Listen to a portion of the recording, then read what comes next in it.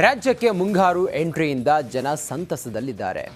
ಆದರೆ ಇಂತಹ ಹೊತ್ತಲ್ಲೇ ರಾಜ್ಯದಲ್ಲಿ ಡೆಂಗಿ ದಂಡಯಾತ್ರೆ ಶುರು ಮಾಡಿದೆ. ಹೀಗಾಗಿ ಆರೋಗ್ಯ ಇಲಾಖೆಯ ಲೆಕ್ಕಾಚಾರ ತಪ್ಪಿ ಹೋಗ್ತಾ ಇದೆ.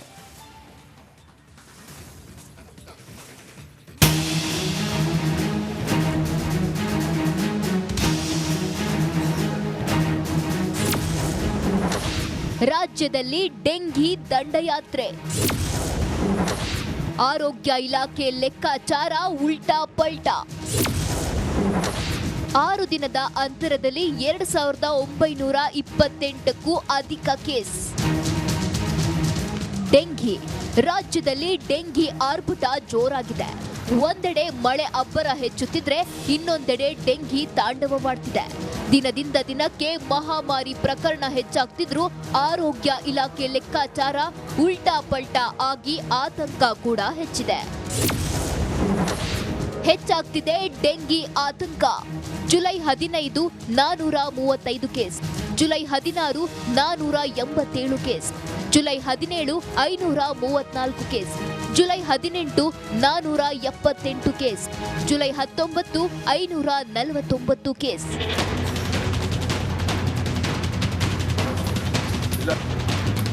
ಕೇವಲ 6 ದಿನದ ಅಂತರದಲ್ಲಿ 2928ಕ್ಕೂ ಅಧಿಕ ಕೇಸ್ ದಾಖಲಾಗಿವೆ. ಜನವರಿ 1ರಿಂದ ಜುಲೈ 19ರವರೆಗೆ ಒಟ್ಟು 13,268 ಪಾಸಿಟಿವ್ ಪ್ರಕರಣಗಳು ದಾಖಲಾಗಿವೆ. ರಾಜ್ಯದಲ್ಲಿ 8 ಜನರನ್ನ ಡೆಂಗಿ ಬಲಿ ತೆಗೆದುಕೊಂಡಿದೆ. ನಮಗೆ ಸ್ಪ್ರೇಯರ್ಸ್ ಇದನ್ನು ಫ್ಯೂಮಿಗೇಷನ್ ಸಂಖ್ಯೆ ನಾವು ಡಬಲ್ ಮಾಡಿಬಿಟ್ಟಿದ್ದೇವೆ ಮತ್ತು ಸರ್ಕಾರದ ಕಡೆಯಿಂದನೂ ಕೂಡ ಲಾರ್ವಿಸೈಡು ಮತ್ತು ಫ್ಯೂಮಿಗೇಷನ್ಗಾಗಿ ಏನೇನು ನಮಗೆ ಔಷಧಿ ಬರಬೇಕಾಗಿತ್ತು ಬಂದಿದೆ.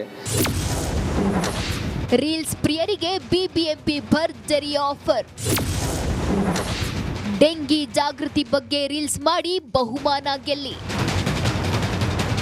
ಪಾಲಿಕೆ ವ್ಯಾಪ್ತಿಯಲ್ಲಿ ಡೆಂಗಿ ಕೇಸ್ಗಳು ಹೆಚ್ಚಾಗ್ತಿದ್ದಂತೆ ಜನರಿಂದ ಜನರಿಗೇನೆ ಜಾಗೃತಿ ಮೂಡಿಸಲು ರೀಲ್ಸ್ ಮಾಡಿ ಭರ್ಜರಿ ಮೊತ್ತ ಗೆಲ್ಲಲು ಬಿಬಿಎಂಪಿ ಆಫರ್ ಮಾಡಿದೆ. ರೀಲ್ಸ್ ಮಾಡಿ 1 ಲಕ್ಷ ಗೆಲ್ಲಿ ಅಂತ ಬಿಬಿಎಂಪಿ ಆರೋಗ್ಯ ಇಲಾಖೆ ಆಫರ್ ನೀಡಿದೆ.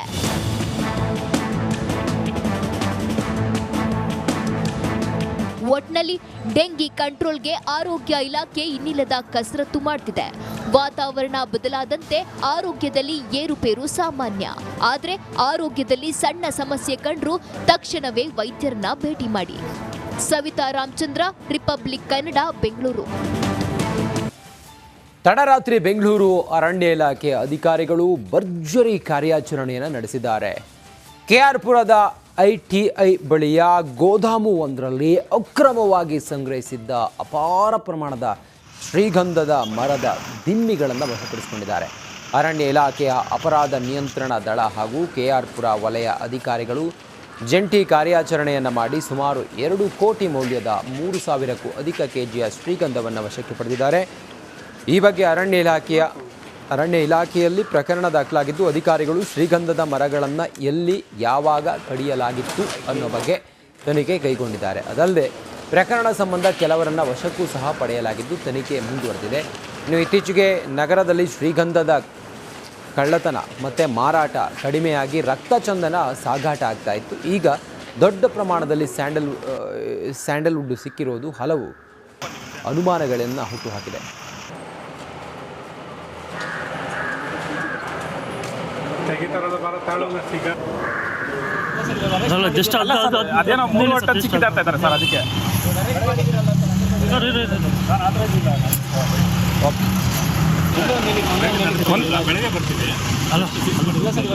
ಸಿಲಿಕಾನ್ ಸಿಟಿಯಲ್ಲಿ ಎಲ್ಲದಕ್ಕೂ ಸರ್ವಿಸ್ ಚಾರ್ಜ್ ಅನ್ನೋದು ಅಪ್ಲೈ ಆಗುತ್ತೆ.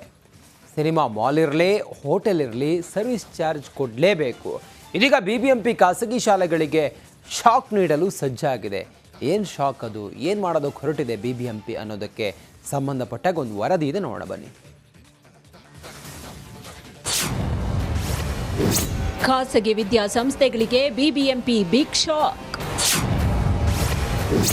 ಪೂರ್ಣ ಪ್ರಮಾಣ ಸೇವಾ ಶುಲ್ಕ ಕಟ್ಟಲು ನೋಟಿಸ್. ಸಿಲಿಕಾನ್ ಸಿಟಿಯಲ್ಲಿ ಎಲ್ಲದಕ್ಕೂ ಚಾರ್ಜ್ ಮಾಡ್ತಾರೆ. ಖಾಸಗಿ ಜಾಗದಲ್ಲಿ ಗಾಡಿ ಪಾರ್ಕ್ ಮಾಡೋದಕ್ಕೂ ಸರ್ವಿಸ್ ಚಾರ್ಜ್ ಕೊಡಬೇಕು. ಹೋಟೆಲ್ಗೆ ಹೋದ್ರೂ ಸರ್ವಿಸ್ ಚಾರ್ಜ್ ಕಟ್ಟಲೇಬೇಕು. ಹೀಗೆ ಖಾಸಗಿ ಶಾಲೆಗಳಿಂದಲೂ ಸರ್ವಿಸ್ ಚಾರ್ಜ್ ಪಡೆಯೋದಕ್ಕೆ ಬಿಬಿಎಂಪಿ ಸಜ್ಜಾಗಿದೆ. ಖಾಸಗಿ ವಿದ್ಯಾಸಂಸ್ಥೆಗಳಿಗೂ ಸೇವಾ ಶುಲ್ಕ ಶಾಕ್ ಎದುರಾಗಿದೆ.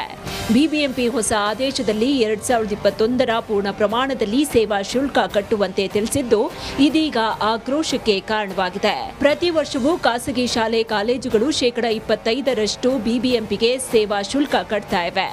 ಆದ್ರೀಗ ಏಕಾಏಕಿ 2021ರ ಪೂರ್ಣ ಪ್ರಮಾಣದ ಸೇವಾ ಶುಲ್ಕ ಕಟ್ಟುವಂತೆ ಖಡಕ್ ಸೂಚನೆ ನೀಡಿದೆಯಂತೆ.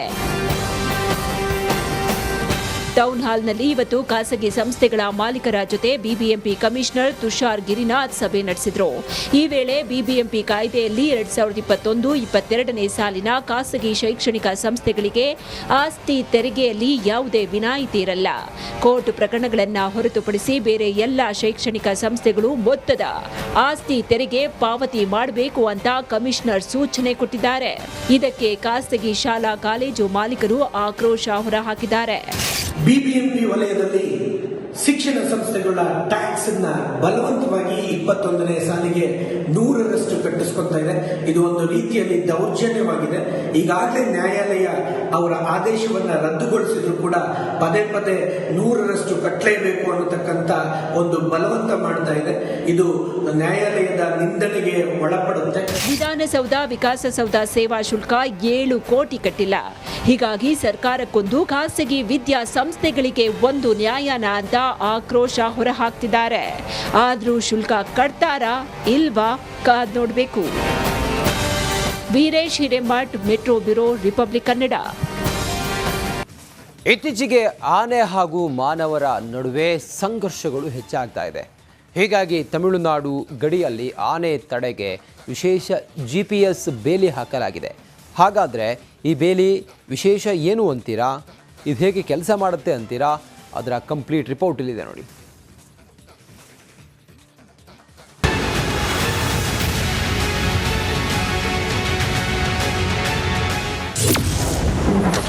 ಕಾಡಾನೆಗಳು ನಾಡಿಗೆ ಬರದಂತೆ ವಿಶೇಷ ಬೇಲಿ. ತಮಿಳುನಾಡಿನಿಂದ ಆನೆ ಬಂದ್ರೆ GPS-ನಲ್ಲಿ ಮೆಸೇಜ್. ಇತ್ತೀಚೆಗೆ ಆನೆ ಹಾಗೂ ಮಾನವರ ನಡುವಿನ ಸಂಘರ್ಷಗಳು ಹೆಚ್ಚಾಗ್ತಿದೆ. ಕಾಡಿನಿಂದ ನಾಡಿಗೆ ಬರುವ ಆನೆಗಳು ಆಹಾರ ಅರಸಿ ಬಂದಾಗ ರೈತರು ಹಾಗೂ ಕಾಡಂಚಿನ ಜನರ ಮೇಲೆ ದಾಳಿ ನಡೆಸಿ ಮರಣ ಶಾಸನ ಬರೆಯುತ್ತಿದ್ದಾವೆ. ಹೀಗಾಗಿ ತಮಿಳುನಾಡು ಗಡಿ ಆನೆಕಲ್ನಲ್ಲಿ ಆನೆ ತಡೆಗೆ ವಿಶೇಷ ಬೇಲಿ ಹಾಕಲಾಗ್ತಿದೆ.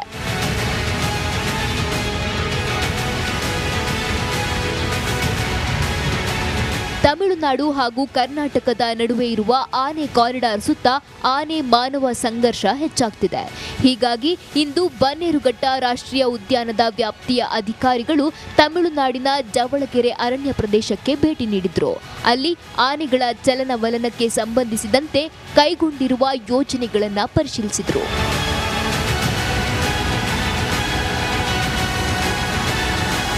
ಅರಣ್ಯ ಪ್ರದೇಶದೊಳಗಡೆ ಆನೆಗಳ ಚಲನವಲನಗಳ ಮಾಹಿತಿಯನ್ನ ಹಂಚಿಕೊಳ್ಳಲು GPS ವ್ಯವಸ್ಥೆ ಅಳವಡಿಸಿಕೊಳ್ಳಲು 2 ರಾಜ್ಯಗಳ ಅಧಿಕಾರಿಗಳು ಒಪ್ಪಿಕೊಂಡಿದ್ದಾರೆ.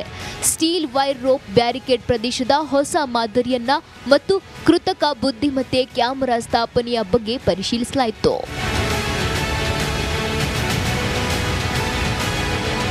ಒಟ್ಟಿನಲ್ಲಿ ತಮಿಳುನಾಡು ಮತ್ತು ಕರ್ನಾಟಕ ಗಡಿ ಭಾಗಗಳಲ್ಲಿ ಆನೆಗಳ ದಾಳಿ ಹಾಗೂ ಕಾಡಾನೆಗಳು ಕಾಡಿನಿಂದ ನಾಡಿನತ್ತ ಬರ್ತಿರೋದ್ರಿಂದ ಮಾನವ ಮತ್ತು ಆನೆಗಳ ನಡುವೆ ನಿರಂತರ ಸಂಘರ್ಷ ನಡೆದಿದೆ.